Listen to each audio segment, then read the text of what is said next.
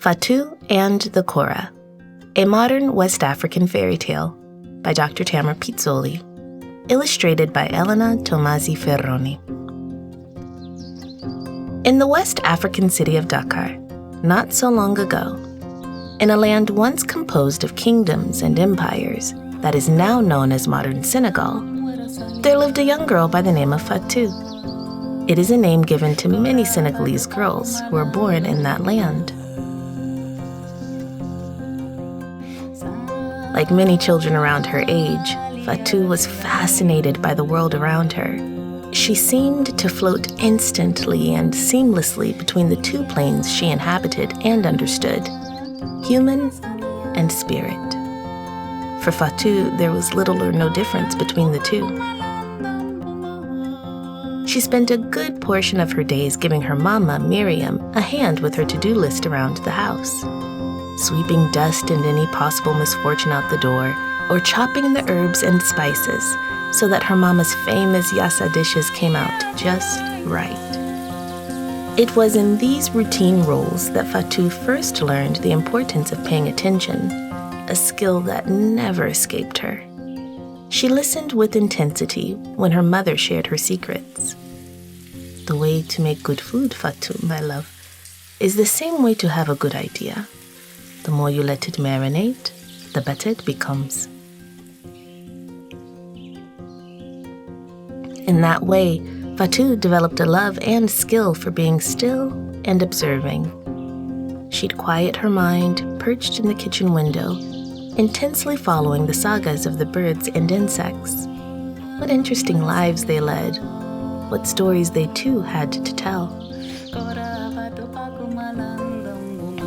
While the scent of lemon-tinged meat swirled up and around, tickling and enticing all within the home, Fatou's father, Musa, sat on his favorite stump just outside the home, honing his generational gift, playing the Kora.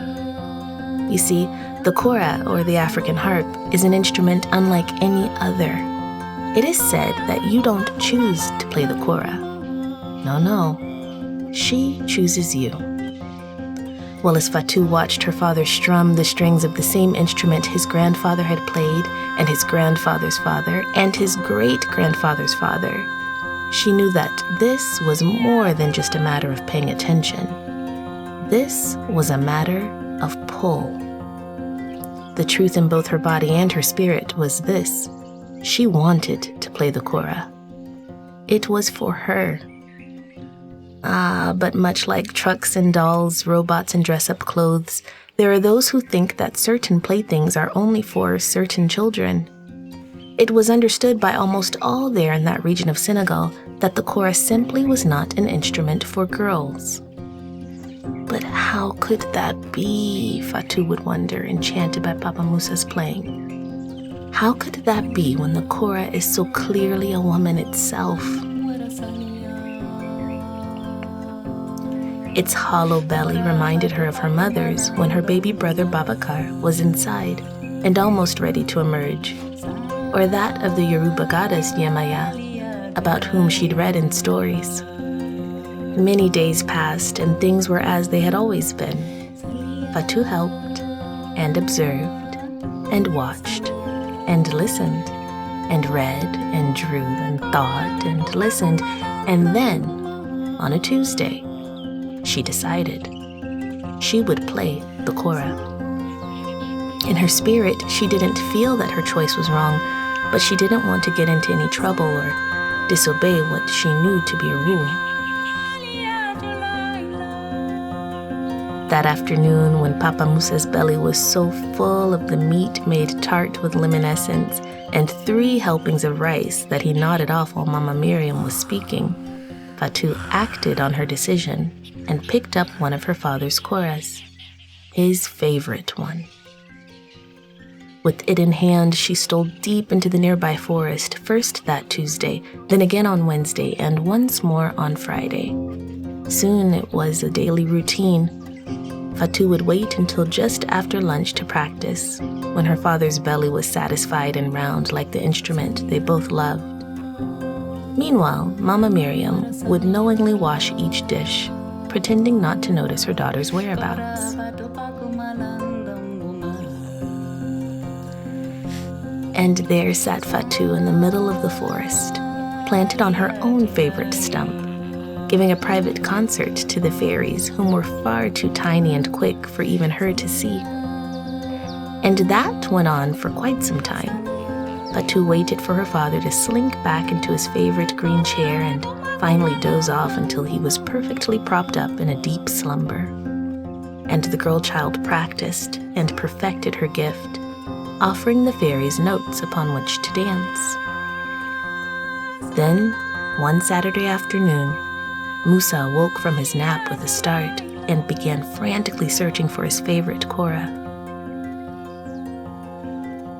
Miriam, his son come to me and dream.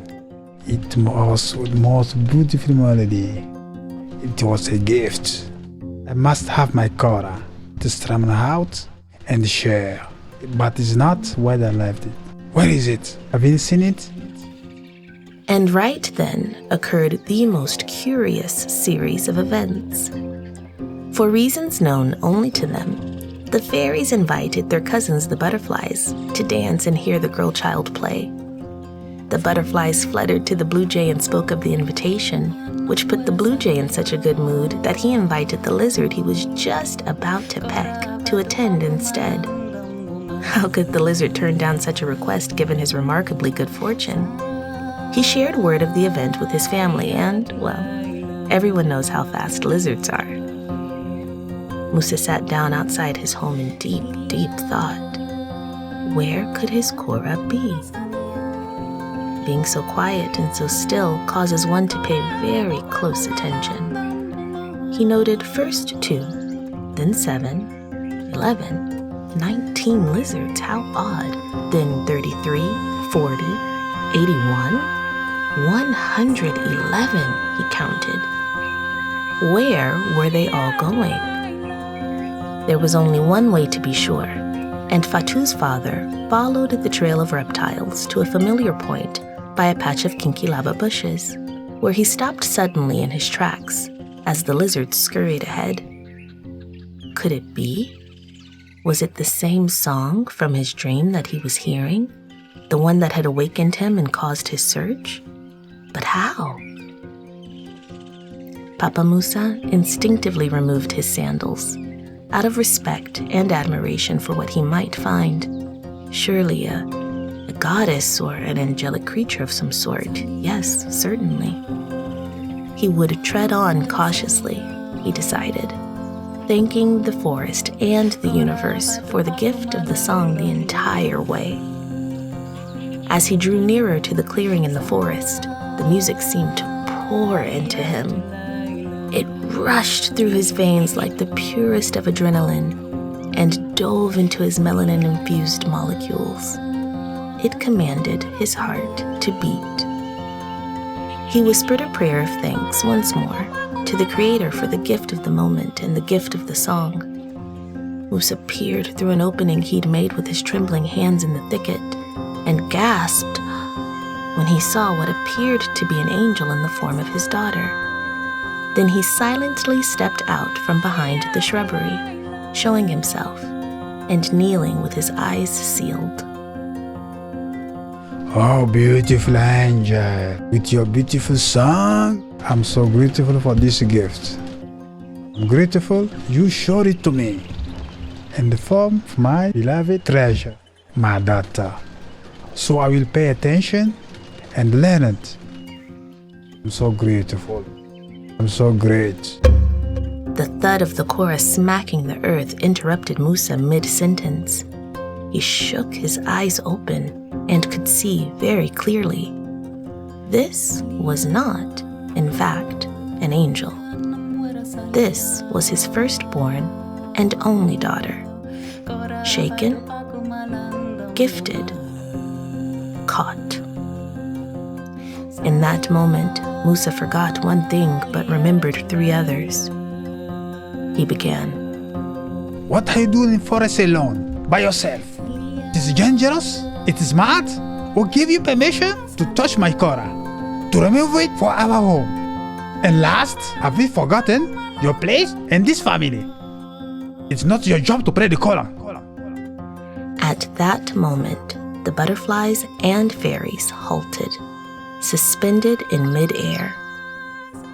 The blue jay positioned himself on the highest branch in sight, and the lizards hid as they are taught to do in delicate situations. Fatou took a moment. She became very still and quiet. She took a deep breath, then spoke to her father first with her soul, then with her eyes, and finally with her mouth. She spoke the truth in 5 words, slowly and deliberately. "It is my gift, Father." Once Fatou uttered those words, the fairies did as they are taught to do so masterfully, and assisted by hand-delivering the delicate message to Musa's ears to ensure the words landed just so. And when they did, a curious thing occurred. Musa recognized them as the truth. He walked over to his daughter and kissed her forehead.